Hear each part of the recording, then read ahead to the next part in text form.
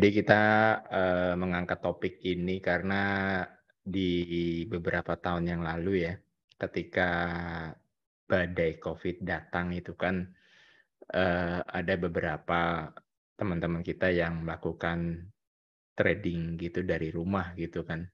Nah, yang jadi pertanyaan sekarang kan apakah, trading for living itu sebenarnya bisa nggak sih gitu kan? Dan ini, nanti kita bakalan, sedikit flashback ya terhadap apa yang pernah saya alami waktu pas zaman Covid itu juga sih. Oke, jadi mungkin, di sini ada beberapa teman-teman yang masih sangat awam ya tentang sebenarnya asal-usul trading for living itu tuh asal muasalnya dari mana kayak gitu kan. Kalau kita berbicara tentang, trading for living gitu ya, sebenarnya, asal-usul trading for living itu, eee, jadi gini deh, sebelum kita masuk ke intinya ya, kita kan perlu tahu dong, sebenarnya istilah trading for living yang ada di Indonesia nih, yang ada di Indonesia sekarang ini sebenarnya karena faktor apa nih? Yang pada umumnya ya. Jadi kita bukan pakai penjelasan dari Google atau apa, tapi sepengamatan saya pribadi nih. Jadi istilah trading for living berdasarkan dari cerita orang-orang yang saya kenal gitu ya, ataupun dari yang saya alami sendiri, ini tuh ada karena faktor terbesarnya karena faktor lelah menjadi seorang pekerja 9 to 5.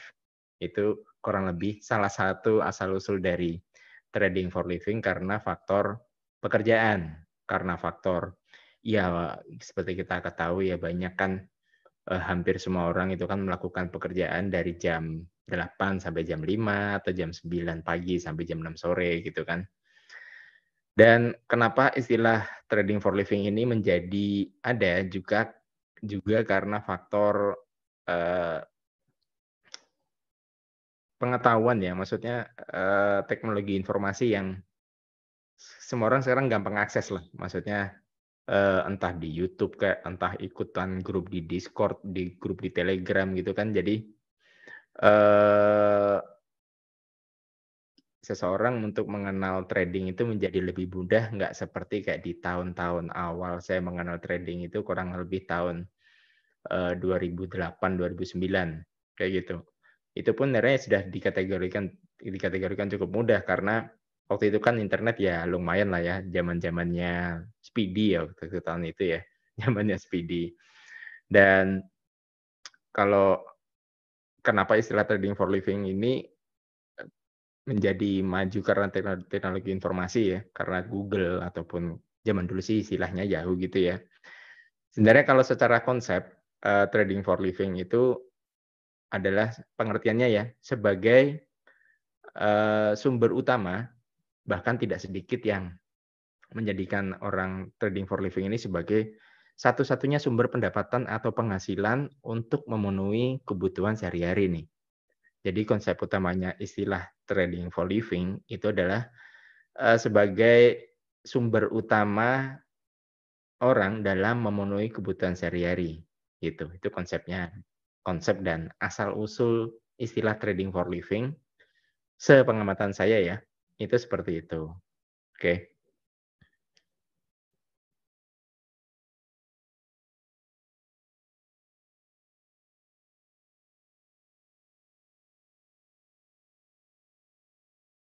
Sampai sini kalau ada pertanyaan silahkan ya teman-teman.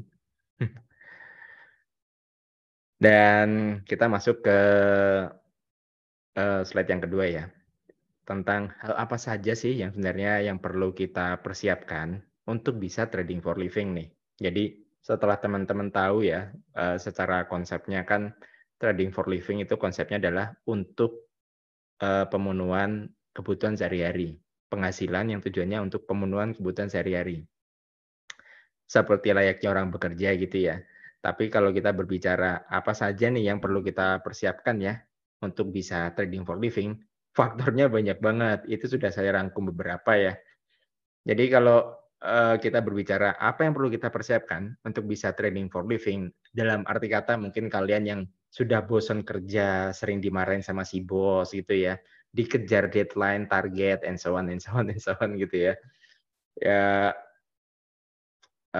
kalau kita berbicara apa saja yang perlu dipersiapkan, yang pertama itu adalah pasti tentang knowledge atau pengetahuan kita nih, pengetahuan kita terhadap, eee, forex CFD atau kripto atau saham, kita harus tahu banget kan maksudnya secara teorinya. Jadi, secara tidak langsung kita harus perlu banyak banyak membacalah dan memahami dasar-dasar dari, dalam hal ini kalau dari sisi konsep forex online trading atau CFD itu seperti apa. Yang pertama itu adalah mengerti tentang dasar ilmunya, kayak gitu ya. Terus setelah kalian mempelajari dasar ilmunya, bla bla bla bla bla bla gitu ya. Kemudian ini nggak berurutan ya teman-teman, jadi kita hanya berdasarkan, apa yang saya, jalani di beberapa tahun yang lalu kayak gitu, oke. Jadi yang kedua, itu adalah seseorang yang berani untuk trading for living, pastinya punya trading plan dong, trading plan ya. Jadi di syarat yang kedua ini adalah fase di mana kita tahu kapan bisa entry dan exit. Itu hal yang sederhananya. Kalau terlepas dari di dalam teknikalnya itu ada apa, ya kita nggak mungkin ngejelasin di sini, tapi ini kita berbicara tentang secara generalnya dulu deh. Yang pertama kan tahu bisa entry dan exit-nya kapan nih. Entry semua orang bisa gitu kan. Kalau exit itu kan ada dua nih, exit close posisi dalam kondisi profit atau loss, kayak gitu kan. Dan yang berikutnya itu yang pastinya kalau kita sudah punya trading plan, itu nggak gonta-ganti strategi, faktanya gitu. Jadi kalau teman-teman di sini yang menonton video ini baik secara webinar ataupun nanti ketika di YouTube ya, kalau kalian lihat, diri kalian masih sering gonta-ganti strategi gitu kan, itu bisa jadi, kalian masih sedikit terombang-ambing kayak gitu ya. Walaupun bukan kepastian tapi hal itu pada umumnya biasanya kalian masih belum punya pakem nih cara membaca market. Menurut versi kalian seperti apa kayak gitu. Jadi arti kata trading plan yang sudah kita buat gitu ya. Jadi kalau temanya trading for living, trading plan yang sudah kita buat itu sudah melewati masa uji cobalah, trial gitu ya, selama kurun waktu tertentu. Trialnya di mana? Trialnya kalau dari opini saya emang sebaiknya pada akun real. Kenapa akun real? Karena kalau tradingnya di akun demo, di situ faktor psikologinya kurang dibentuk nih karena menganggap akun demo kan, "Oh kalau habis ya nanti saya buat lagi," kayak gitu. Tapi kalau akun real, seberapa kecil pun atau seberapa besar pun, modal awal yang Anda keluarkan dari dompet gitu ya, itu setidaknya kita secara manusiawinya kan lebih memiliki rasa tanggung jawab daripada sebuah akun demo nih kalau secara psikologinya, gitu ya. Terus yang ketiga itu adalah faktor psikologi. Faktor yang perlu dipersiapkan untuk bisa trading for living. Dan bagi saya, dan menurut opini saya, itulah yang paling penting. Maksudnya seberapapun nominal digit yang kalian punya di balik layar, tapi kalau faktor psikologi ini diabaikan, bisa jadi malah jadi bumerang bumerang gitu loh buat kalian. Jadi kalau kita ngomongin faktor psikologi ya, sebenarnya ini yang bakalan jadi yang paling berat dan menjadi faktor penentu apakah seseorang itu bisa trading for living atau tidak, gitu ya. Trading for living atau tidak nih. Kenapa faktor psikologi ini sangat berperan penting? Jadi kalau kalian itu tipe orang yang panasan, gampang panas gitu ya, kalau berinteraksi gitu kan, terus emosian, atau mudah, kalau bahasa ilmiahnya, mudah membuat keputusan impulsif terhadap suatu keadaan tertentu. Misalnya melihat apa, kemudian ada emosinya langsung meluap gitu ya, tanpa menyaring informasi apakah ini benar atau tidak, kayak gitu ya. Terus kalau, Anda itu tipe orang yang gampang stres gitu ya, dan berbagai emosi negatif lainnya, itu maka kalau menurut opini saya ya, itu hampir bisa dipastikan kalian itu nggak cocok untuk menjadi seseorang yang trading for living, kayak gitu ya. Kalau dilanjutin takutnya hasilnya kurang baik aja sih, kalau kita bahasa halusnya kayak gitu, gitu ya.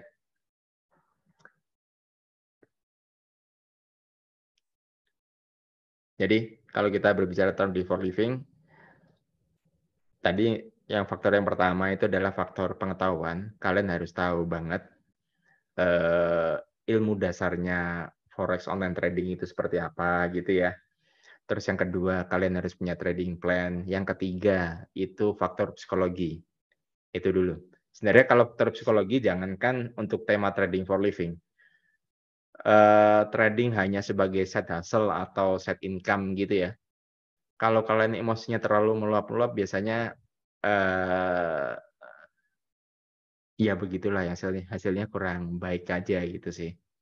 Jadi gitu pengendalian emosi, tingkat emosi itu sangat penting, kayak gitu. Terus yang keempat, eee, ya kalau faktor keempat nih sebenarnya yang paling paling banyak yang dibicarakan sama orang. Jadi memang tidak lain dan tidak bukan adalah modal. Modalnya berapa nih Bang, kalau misal saya mau trading for living untuk pemenuhan, kebutuhan saya pribadi deh, kayak gitu ya. Karena ketika berbicara trading for living gitu ya, kita di sini kan secara tidak langsung berbicara hal yang, 2 spesifik ya. Anda seorang single atau sudah menikah, kayak gitu kan. Kalau seorang single mungkin secara nominalnya mungkin tidak terlalu besar, kayak gitu lah. Tapi kalau Anda sudah menikah atau sudah punya anak gitu kan, beda cerita nih. Jadi yang keempat, ini adalah faktor modal, gitu ya. Yang perlu kita persiapkan jelas dong modal, kalau nggak ada modal kita mau trading dari mana coba ya kan. Jadi, ketika seseorang itu memutuskan bisa, berani, atau mampu trading for living, berarti orang tersebut sudah mengetahui jumlah atau biaya hidup sehari, sebulan, atau setahunnya. Jadi jangan sampai kalian terjun, "Saya ingin trading for living, oke, saya punya modal sekian ribu dolar, berapa puluh ribu dolar, atau berapa ratus ribu dolar," gitu ya. Oke, tapi kalau sampai kalian terjun tanpa mengetahui fixed cost saya per bulan itu saya mengeluarkan apa saja sih, kayak gitu loh. Misal kalau kalian, belum punya rumah gitu ya, mungkin kalian ngontrak kek, atau kalian tinggal di kos-kosan, tapi kalau masih hidup sama orang tua ya it's okay gitu kan.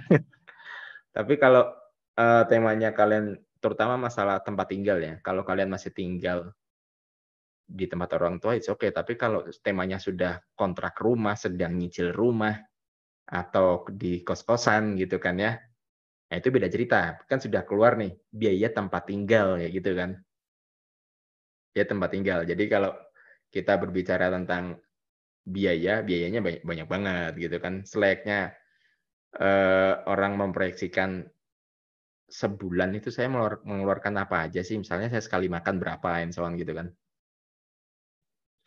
gitu ya. Jadi sekali lagi kalau memang soal modal, faktornya banyak gitu ya, faktornya banyak. Jadi penentunya itu mulai dari gaya hidup gitu kan, gaya hidup misal, "Wah gua kalau nggak, eee, sehari sekali kalau nggak ke Starbucks gua nggak bisa nih men," atau minimal gua ada kongko lah sama teman-teman di SCBD and so on gitu ya. Itu kan timbullah sebuah angka kembali ya gitu loh. Atau, "Saya nggak biasa naik Gojek, yang versi Grab apa, yang versi bike gitu ya atau Grab bike. Saya biasanya pakai GoCar, minimal ya, paling nggak ya Bluebird lah," kayak gitu kan. Nah itu beda cerita lagi nih kalau kita bicara tentang gaya hidup gitu kan. Dan faktor lainnya tuh lokasinya Anda berada tinggal di kota mana, di kota besar atau kota kecil. Kadang-kadang faktor kota besar dan kota kecil itu juga sangat mempengaruhi gitu ya, antara kota madya dan kabupaten. Itu biasanya pada umumnya ya, gaya hidupnya juga berbeda, kayak gitu sih. Tapi memang kalau kita berbicara kembali lagi ya, ini masih di faktor keempat. Kalau kita berbicara tentang, modal awal, faktanya tuh gini, memang untuk bisa trading for living yang di mana angka per bulan itu seperti UMR ya, entah di mana pun kota kalian berada, memanglah, nggak membutuhkan modal awal yang sedikit. Let's say ya, UMR UMR di kota manapun misalnya ya, kita sebut sebuah kota A gitu ya. UMR-nya nilainya di Rp3.000.000 gitu ya. Rp3.000.000 nih sebulan UMR sebagai seorang pekerja. Nah, untuk bisa menghasilkan Rp3.000.000 dari trading, itu modalnya berapa gitu kan. Kalau dari opini saya itu nggak murah, sangat besar kayak gitu, sangat besar. Ini kita spill deh.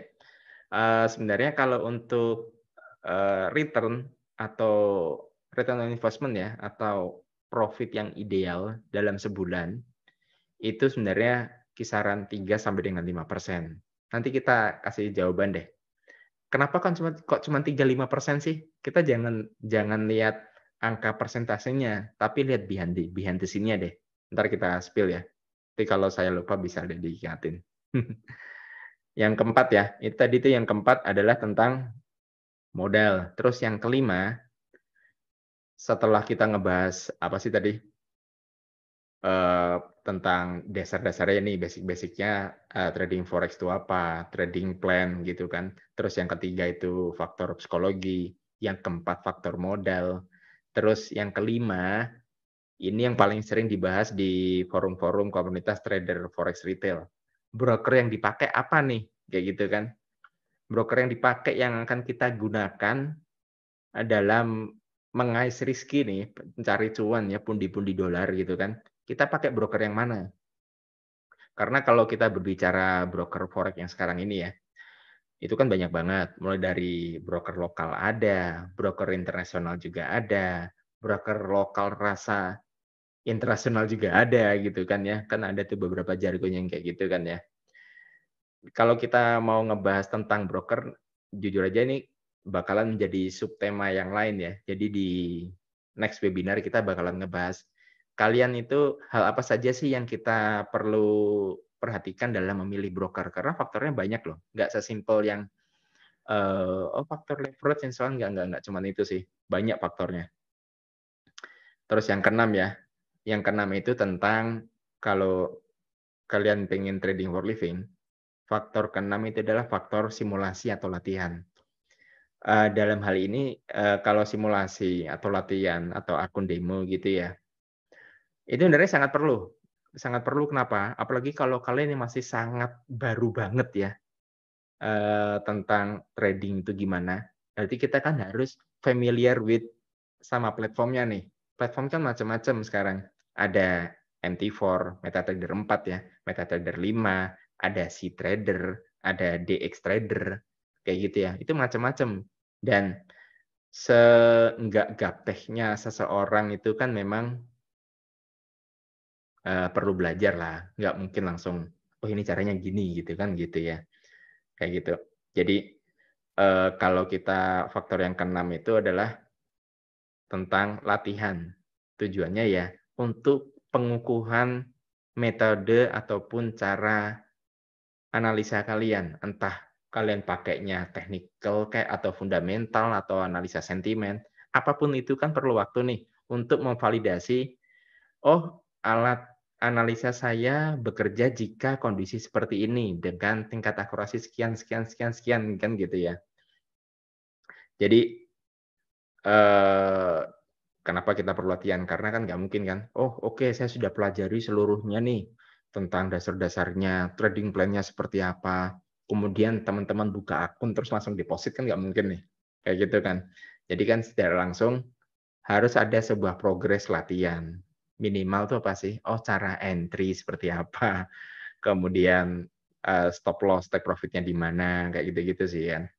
Tapi memang kalau menurut opini saya pribadi seperti yang di beberapa faktor yang ke belakang ya, faktor, psikologi itu memang terbentuknya pada akun real, terkait dengan karena di sini kan kita berbicara tentang akun simulasi atau akun demo ya. Kalau menurut saya pribadi, pembentukan psikologi ketika Anda trading itu pada akun real. Entah itu $10, $100, 10.000, $100.000 gitu ya. Tapi pembentukan karakternya, Anda itu pada akun real, itu kalau menurut opini saya. Karena, bukan bukan menjadi sebuah rahasia, ketika seseorang itu mengenal, forex CFD, entah kenapa jiwanya menjadi seperti anak kecil. Maksudnya gimana sih? Gitu kayak, jadi anak kecil tuh gini, jadi ketika Anda analisa, kemudian analisa Anda salah, itu nggak mau ngakuin kalau salah, itu kan kayak anak kecil kan, "Oh enggak kok, bukan saya yang salah, si itu yang salah." Jadi, mayoritas trader ketika analisanya salah, yang disalahkan siapa? Faktor eksternal. Seringnya gitu, "Ini sih gara-gara si itu, ini sih gara-gara ngiming-ngimingin saya pengen ngiming-ngimingin saya suruh beli di harga sekian," kayak gitu loh. Jadi lebih kecenderungannya itu menjadi, saling menyalahkan kayak gitu loh, gitu ya. Nah, teman-teman kalau ada pertanyaan silahkan ya.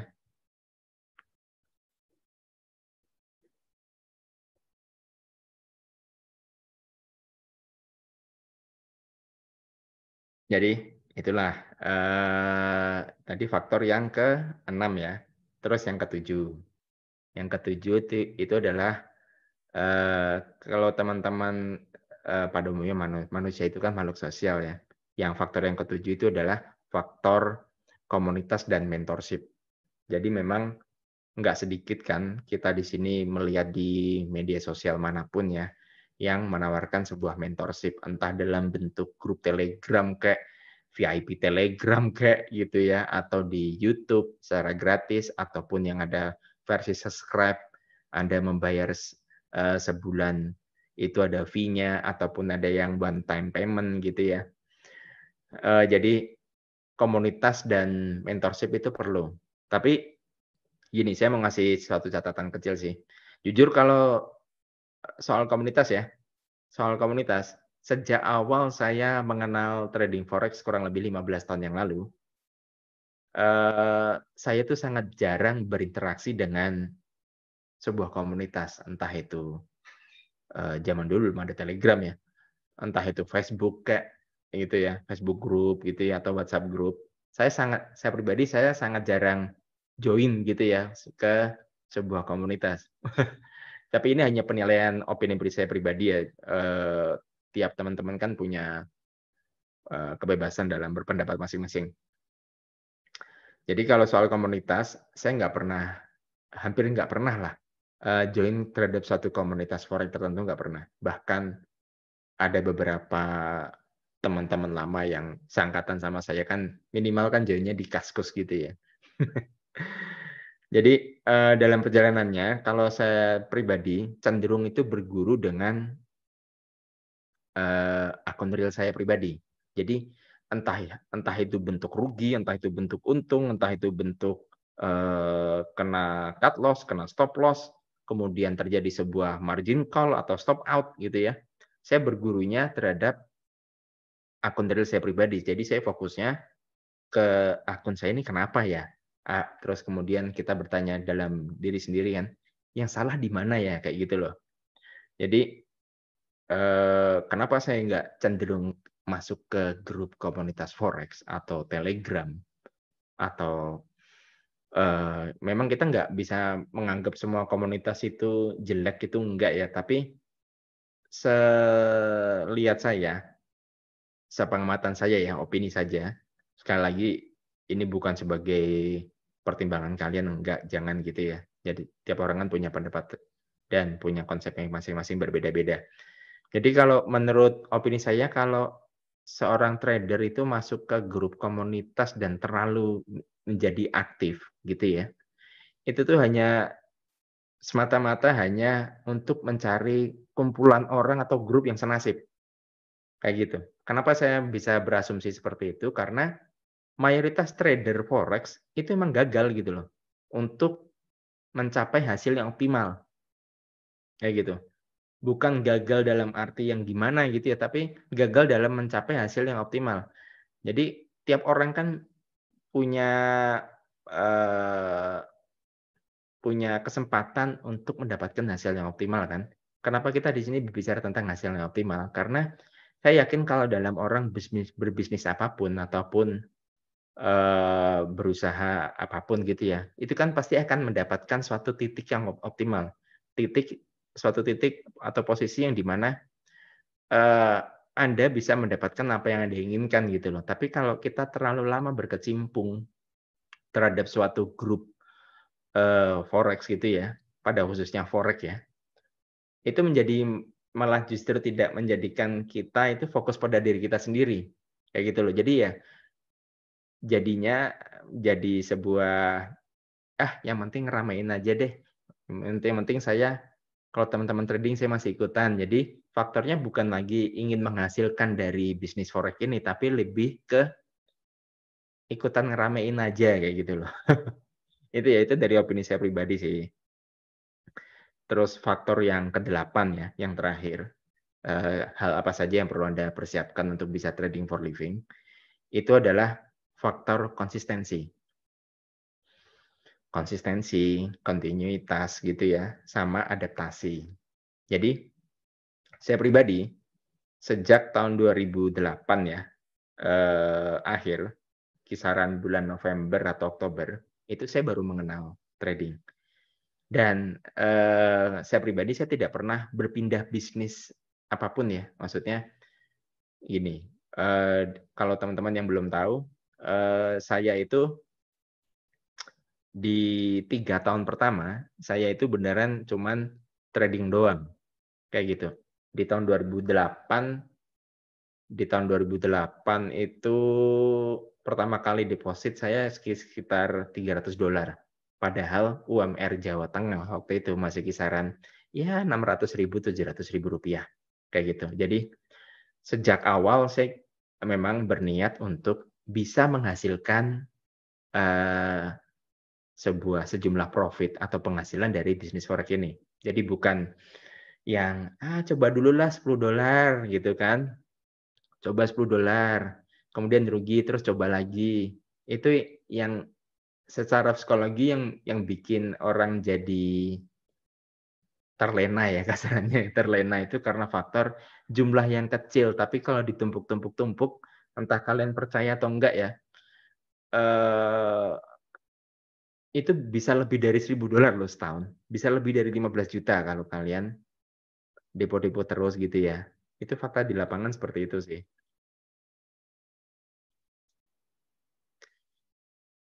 Bang mau tanya, kalau formula untuk trading for living semisal sebulan dapat 10 juta, harus berapa modal yang dibutuhkan? Apakah ada standar perhitungannya? Oke, ini langsung kita jawab ya. Meskipun nanti ada, sesi tanya jawab sih, tapi ini pertanyaan yang menarik. Trading for living, seperti saya sebutkan tadi, untuk ingin ada 10 juta per bulan, kalau menurut opini saya pribadi, yang ideal pengambilan profit per bulan itu hanya maksimum 5%, 5% dari modal. Jadi kalau, eee, Abang mau pengen dapat sebulan 10 juta nih ya, sebulan 10 juta, dan kita kan nggak bisa berasumsi selama 12 bulan kita dapat 10 juta kan nggak mungkin nih, ya kan? Jadi kalau, ke 10 juta itu 5% dari berapa sih? Kayak gitu. Kan $1.000. Berarti kalau secara modal yang dibutuhkan kurang lebih $20.000. Langsung saya jawab ya, kenapa ya? Kenapa kok cuma 5%? Padahal kalau teman-teman di luar sana kan banyak yang jangankan 5% gitu ya, jangankan 5%, dapat, 100%, 200%, 500% dalam waktu sehari, 3 hari, pas minggu kan banyak banget gitu kan. Tapi persoalannya beda. Jadi kalau melipat gandakan uang $10 ke $100, entah kenapa itu mudah. Tapi kalau untuk melipat gandakan dari $10.000 ke $100.000 kok, lebih sulit ya. Padahal itu kan sama-sama 1000%-nya gitulah ya. Kayak gitu Bang. Jadi kalau, saya jawab kalau untuk 10 juta, menurut opini saya pribadi, minimum di $20.000, kayak gitu ya. Jadi kalau ada pertanyaan lagi silakan ya, saya lanjut dulu untuk term berikutnya.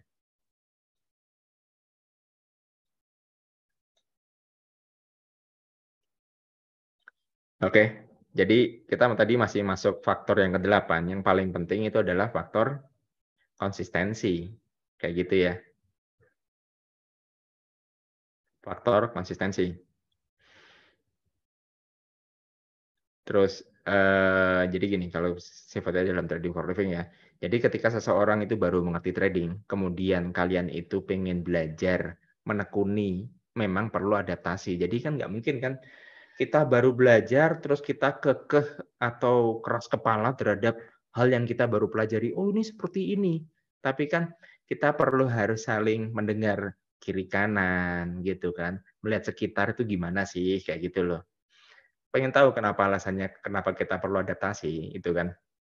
Karena untuk menerapkan faktor tadi yang kita jelasin di awal-awal ya, untuk menerapkan faktor trading plan, psikologi, modal gitu ya, itu memanglah bukan perjalanan 1 sampai dengan 6 bulan. Itu faktanya, yang fakta yang menyakitkan tentang trading for living dari Forex CFD ya. Itu bukan perjalanan 1 sampai dengan 6 bulan, itu bisa bertahun-tahun gitu loh. Jadi, kita di sini berbicara tentang, eee, mematangkan level psikologi seseorang, kayak gitu ya. Konsepnya seperti itu. Oke. Jadi, itulah ke-8 faktor apa saja yang perlu dipersiapkan untuk trading for living. Jadi kalau orang ngomong, "Saya sudah trading for living," gitu, mungkin kalian perlu banyak belajar sih. Sebenarnya apa saja sih yang sudah dilewati orang-orang yang mungkin di luar sana sudah ada banyak teman-teman kita yang sudah mampu trading for living gitu ya. Tapi salah satu, sifat orang-orang yang sudah melakukan trading for living, pada umumnya ya, dan yang pernah saya jalani, itu lebih cenderung tidak nampak di permukaan. Permukaannya mana? Di sosial media. Mereka cenderungannya ya diem aja santai. Dan, kalau saya pribadi sih, ketika melakukan trading for living gitu ya, itu malah kecenderungannya menjadi lebih royal dalam pengeluaran, kayak gitu. Oke, kita lanjut ya. Nah ini, bagaimana cara mengukur kita sudah siap trading for living gitu kan. Tadi kan kita sudah membahas nih, cara-caranya, hal apa saja yang perlu kita persiapkan gitu kan. Nah kemudian kalau kita mau, mengatakan kita sudah siap atau enggaknya dari mana gitu kan. Jadi ini sekali lagi juga berdasarkan yang sudah saya alami ya. Yang pertama itu adalah faktor psikologi, ini yang paling penting. Bukan modalmu, bukan circle-mu, bukan siapamu, tapi yang paling penting adalah, psikologi, kitanya gimana nih. Jadi kalau kalian itu sudah nggak emosian gitu ya, panasan atau emosi negatif lainnya lah, maka bisa dipastikan kalian selangkah lebih maju nih. Karena memang, eee, untuk menjadi seorang trader, nggak usah trading for living deh, untuk menjadi seorang trader itu memerlukan orang yang nggak gampang sakit hati gitu ya. Orang yang nggak, kasarannya ketika kalian kehilangan sejumlah nominal tertentu dari akun kalian, kalian tuh harus heartless sih. Maksudnya, jangan gampang terpuruk, "Aduh saya semalam habis cut loss nih 15 juta." Jadi kalian jangan terlalu, gimana ya, cut loss tetaplah sebuah cut loss, resiko tetaplah sebuah resiko, tapi memang jangan terlalu dipusingkan gitu loh. Kasarannya kayak gitu. Kalau kita ngomong sederhananya ya. Tapi memang siapa sih nggak yang pengen kehilangan uang sejumlah nominal tertentu ya, kayak gitu loh. Misal kalau dari kasus saya pribadi, saya juga pernah mengalami 1 kali cut loss itu dari modal, 10.000. Sekali cut loss itu $200 atau $100 itu juga sering banget ya, hampir tiap hari malah. Kejadian kita memotong kerugian 1.600.000 ya kalau sekarang ya, atau sekali rugi kita, ngebuang barang 3.200.000 itu ya hal yang bisa terjadi setiap hari, ya itulah maksudnya jangan heartless ya, heartless aja sih maksudnya jangan menganggap terlalu masukin, "Aduh gua habis rugi 5 juta nih men, gua habis rugi 3 juta nih," kayak gitu-gitulah. Memang sulit sih tapi itu layak diperjuangkan lah. Kasarannya gini, kalau kalian berbicara tentang yang di sosial media, berbicara tentang yang muluk-muluk ya, "Oh saya tujuannya ingin mengkompon agar tercipta angka ratusan ribu dolar atau bahkan $1 juta," kayak gitu ya. Tapi kalau Anda cut loss $100 aja nggak kuat gitu kan, nah terus gitu kok mau kasarannya mau mendambakan sebuah pendapatan yang 15 juta atau 100 juta per bulan. Tapi kalau menghadapi cut loss cuman 1.600.000 kok keder Bos, kayak gitu. Jadi memang, yang perlu dipersiapkan yang pertama yang paling penting itu level psikologi, kayak gitu ya. Next, eee, cara mengukurnya gimana, yang kedua itu adalah kalau kita dikatakan sudah siap atau enggak, itu kalau kita tahu berapa nominal dalam mencukupi biaya hidup kalian, kayak gitu loh. Sebulan nih, misalnya saya seorang single deh, nggak masalah, gue masih umur, baru lulus S1 kali ya, 20 apa 21 gitu kan. Terus kalian punya sebuah privilege, kalian, memiliki sejumlah modal yang unlimited gitu ya, saya pengen nyobain trading for living, pakai modal 100K, 500K, atau $1 juta and so on gitu ya. Yang yang kedua itu karena faktor gaya hidup, gitu loh. Biaya hidupnya berapa? Biaya hidupnya berapa? Sebulan gue butuh keluarin duit berapa sih? Oh, misal gue minimal kalau sebulan tuh minimal tuh jajan beli pelek mobil lah, gitu kan harganya 30 juta kayak atau 120 juta gitu kan. Nah, kembalinya ke tahu berapa nominal yang, kalian butuhkan untuk mencukupi biaya hidup, kayak gitu ya. Dan ingat faktor X itu ada. Terus yang ketiga, itu adalah faktor modal, gitu kan. Kenapa faktor modal itu juga, untuk mengukur kita sudah siap apa enggak. Nah sekarang kalau kita nggak punya modal, terus di sini teman-teman memaksakan kemampuannya yaitu dengan menggunakan kredit card, sedangkan kalian tidak memiliki kemampuan untuk eee, membayar pinjaman ataupun gesek tunai tersebut, atau pakai dana pinjol, ataupun bahkan sampai, menjual motor, atau bahkan menggadaikan tanah satu-satunya kalian yang miliki, kecuali kalau tanah kalian punya 10 itu nggak masalah, gitu ya. Kalau, "Okelah ini tanah saya yang daerah mana, ini kan mau saya kontrakin aja deh," gitu kan, setahun 200 juta misalnya gitu ya.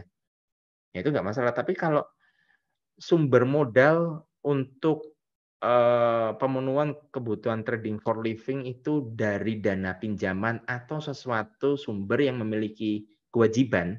Kewajiban itu maksudnya apa sih? Kalian membayar sebuah cicilan dengan nominal ataupun bunga tertentu, maka kalian itu nggak siap gitu loh. Tapi kalau, kalian itu punya, eee, tabungan atau aset tertentu gitu ya, dan ingin menggunakan modal tersebut untuk trading for living, ya itu nggak masalah, oke. Sampai sini paham ya intinya hindari penggunaan modal yang memiliki tingkat kewajiban. Terus yang keempat, barulah yang terakhir. Yang keempat itu apa coba?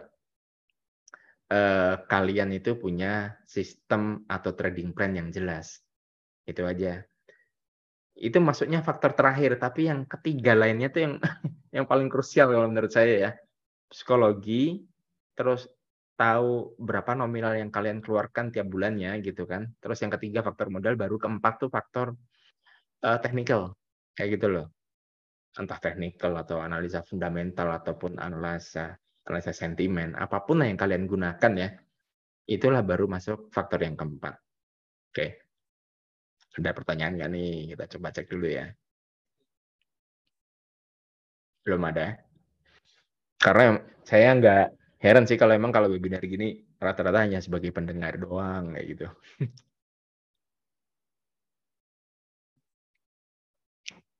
Lanjut ya.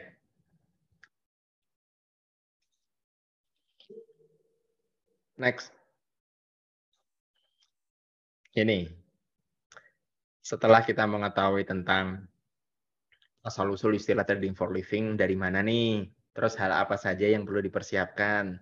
Terus cara ngukur kita itu udah mampu apa enggak, udah siap apa enggak dari mana? Terus, eee, trading for living tuh idealnya buat siapa? Kayak gitu kan. Nih kita jawab. Ini juga berdasarkan yang saya alami di beberapa tahun dan beberapa periode, beberapa kali dalam kehidupan saya ya. Jadi, eee sekali lagi ya, jadi setelah kita lihat, kita ngejelasin semua hal ya, asal-usul trading for living and so on gitu ya. Kita sampai jadi sekarang kita ini sampai ke pertanyaan, apakah kegiatan trading for living ini idealnya untuk buat siapa gitu, gitu kan. Jadi yang pertama, trading for living ideal itu adalah untuk orang-orang yang memiliki tingkat kondisi finansial yang sehat. Jangankan trading for living, trading sendiri pun kan sebenarnya memang bukan untuk semua orang gitu loh faktanya, gitu ya. Faktanya memang bukan untuk semua orang, gitu ya. Itu yang pertama. Terus sorry. Jadi untuk kondisi finansial yang sehat gitu ya, artinya dalam, pemenuhan modal awal bukanlah dari uang pinjaman. Sekali lagi kenapa kita sangat menekankan hal ini, karena, faktor ini adalah salah satu faktor terbesar dalam kegagalan Anda dalam trading, kayak gitu. Kalau ditanya, "Kenapa lagi?" Gitu kan. Ya karena biasanya kalau ada pinjaman, disitulah muncul sebuah kewajiban. Dan kalau kalian itu trading forex dan memiliki kewajiban di pundakmu untuk membayar sebuah pelunasan hutang, itu biasanya berat banget, Bro. Faktanya gitu. Terus yang kedua terus yang kedua, trading for living itu idealnya buat siapa gitu kan, adalah orang-orang yang memiliki bantalan finansial yang cukup. Maksudnya gini, maksudnya bantalan tuh gimana sih gitu kan. Jadi kan, kalau kita dalam hidup itu kan tidak memungkiri adanya faktor X nih, faktor X, ya kan. Mulai dari faktor kesehatan gitu kan ya,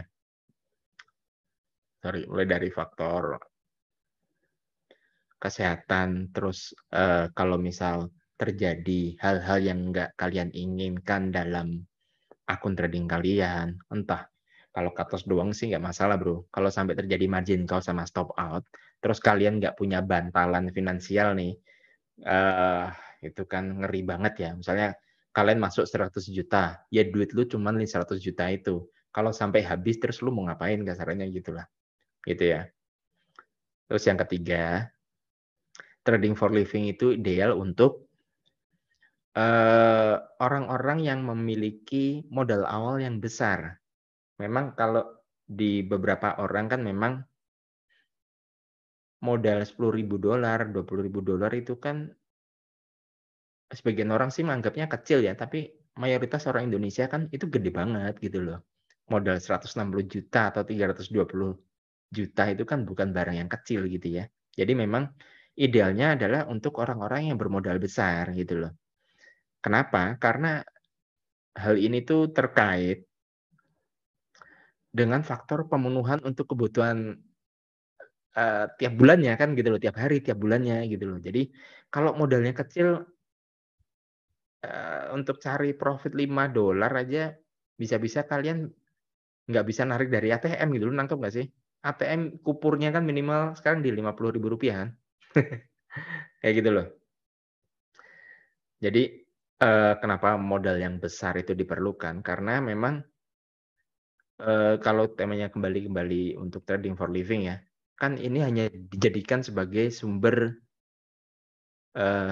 penghasilan utama, kayak gitu, dan itu ngeri-ngeri sedap sih gitulah, kayak gitu ya. Terus yang keempat, ini juga trading for living itu juga ideal, eee, untuk jadi gini deh, kita ulangi ya. Sebenarnya sebagai start awal, pastikan Anda itu memiliki tabungan yang cukup selama beberapa bulan, beberapa tahun ke depan. Tapi kalau kalian nggak punya bantalan gitu ya, untuk beberapa bulan, beberapa tahun ke depan dan kalian langsung masuk terjun sebagai, trader yang trading for living dengan modal pas-pasan, itu kayak bunuh diri aja gitu loh. Karena, berdasarkan pengalaman saya pribadi, pemenuhan kebutuhan hidup untuk seseorang yang sudah berkeluarga dan kalian memutuskan untuk trading for living, itu sangat berat, sangat berat. Lo ngebayang nggak? Lo lagi trading terus tiba-tiba anak lu sakit gitu kan, terus tiba-tiba susunya habis gitu kan, terus tiba-tiba token listrik bunyi, lu kebayang nggak sih? Gitu loh. Jadi kenapa trading for living itu persiapan dari sisi psikologi dan, eee, secara faktor modal itu sangat perlu diperhatikan karena jangan sampai kalian, oke kita trading for living nih, tapi kalian nggak punya bantalan ataupun tabungan yang mencukupi untuk meng-cover gitu loh, itu aja. Oke. Terus, yang kelima, sama seperti tadi sorry, cara mengukur kita sudah siap apa enggak. Jadi kalau kita berbicara idealnya itu untuk siapa, yang kelima itu adalah barulah tentang soal teknis. Jadi entah itu alat analisa teknikal, fundamental, ataupun sentimen ya, yang kalian gunakan, itu sudah terbukti menghasilkan. Menghasilkan itu maksudnya gimana sih? Ya kita bisa menarik sejumlah profit nominal tertentu dari akun trading masuk ke rekening bank lokal kita gitu loh. Itulah kata menghasilkan. Jadi bukan hanya sebatas tampilan digital pada, platform trading Anda kayak gitu ya. Jadi bukan di MT4, MT5 itu hanyalah angka digital, tapi Anda tidak bisa menariknya dari ATM masuk ke dompet Anda gitu loh, kan gitu. Jadi, dari opini saya pribadi menghasilkan adalah proses penarikan sejumlah nominal tertentu dari akun trading masuk ke rekening bank lokal Anda. Itulah yang saya sebut alat analisa yang menghasilkan, kayak gitu loh. Sampai sini ada pertanyaan nggak nih teman-teman?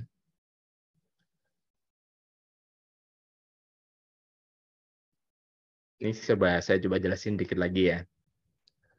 Jadi sebenarnya, pada umumnya seorang trader itu berani mengatakan, "Alat analisa saya itu, eee, sudah menghasilkan atau enggak," itu sebenarnya setelah diuji entah beberapa hari, entah beberapa bulan, entah beberapa tahun, di market, di akun real, itulah baru berani mengatakan bahwa alat analisa yang saya gunakan itu menghasilkan, itu aja sih.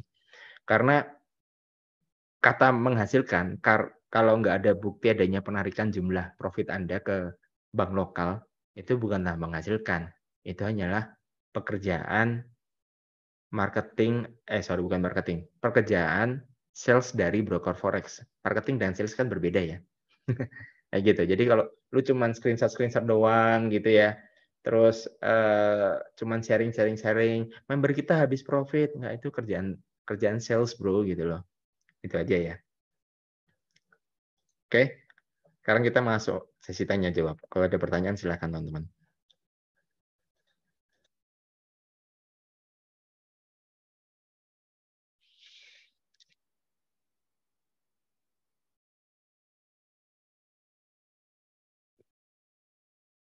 Ada pertanyaan nggak?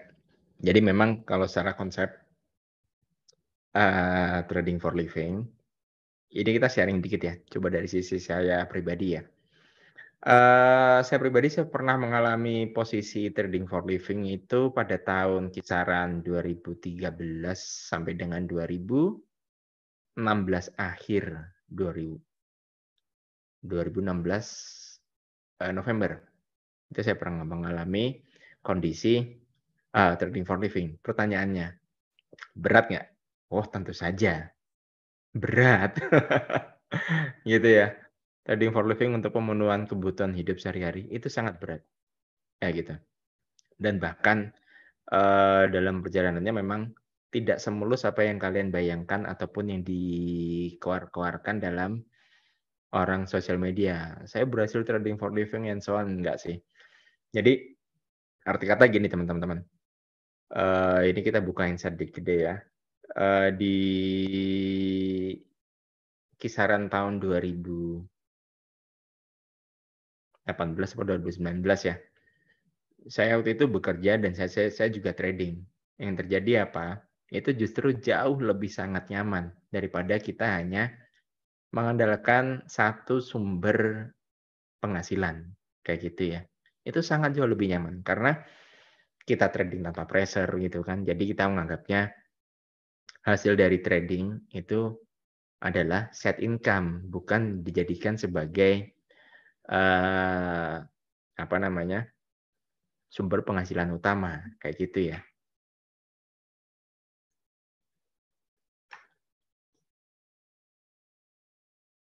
Kayak gitu. Jadi seberapapun ya sering gini, kalau kita buka jujur-jujuran nih ya, eee, antara gaji dengan profit yang saya hasilkan ketika trading, jauh lebih besar daripada trading. Tapi faktanya apa? Di tahun-tahun tersebut saya tetap bekerja gitu loh, tetap bekerja dan saya tidak memilih untuk keluar dari pekerjaan. Tapi kalau orang pada umumnya kan, "Ah, mendingan enak di rumah dong," gitu kan, santai doang gitu ya. Santai doang, ngapain lu masih tetap masuk jam 9 atau masuk jam 8 tuh masih tetap kerja gitu kan. Kalau orang-orang yang baru mengalami seperti itu mungkin bakalan ada faktor untuk keluar dari pekerjaan. Tapi berhubung saya pribadi pernah mengalami sebelumnya bahwa, trading for living dan hanya menjadikan trading itu sebagai penghasilan utama, sebenarnya itu secara psikologi sangat berat. Kita nggak usah ngomongin masalah berapa nominal pemenuhan kebutuhan sehari-hari ataupun dalam sebulan atau setahun deh. Kita ngomongin secara dari level psikologinya, itu sangat berat, itu aja sih. Jadi kalau, saran saya untuk teman-teman yang berpandangan ingin melakukan trading for living, sebaiknya, eee, hanya dijadikan sebagai set income atau set hustle aja, itu aja sih. Jadi jangan terlalu, eee memaksakan diri untuk trading for living. Kalau misal posisi kita sekarang lagi mungkin nggak sedikit ya teman-teman kita di luar sana yang baru kena PHK, baru dapat uang pesangon, atau, baru pensiun gitu kan ya, terus dapat uang pesangon juga gitu kan ya. Sebaiknya kalau trading itu hanya dijadikan sebagai optional saja, jangan dijadikan sebagai barang utamanya. Karena yang berperan besar sebenarnya bukan besar kecil modalmu, tapi psikologimu kuat nggak, itu aja sih.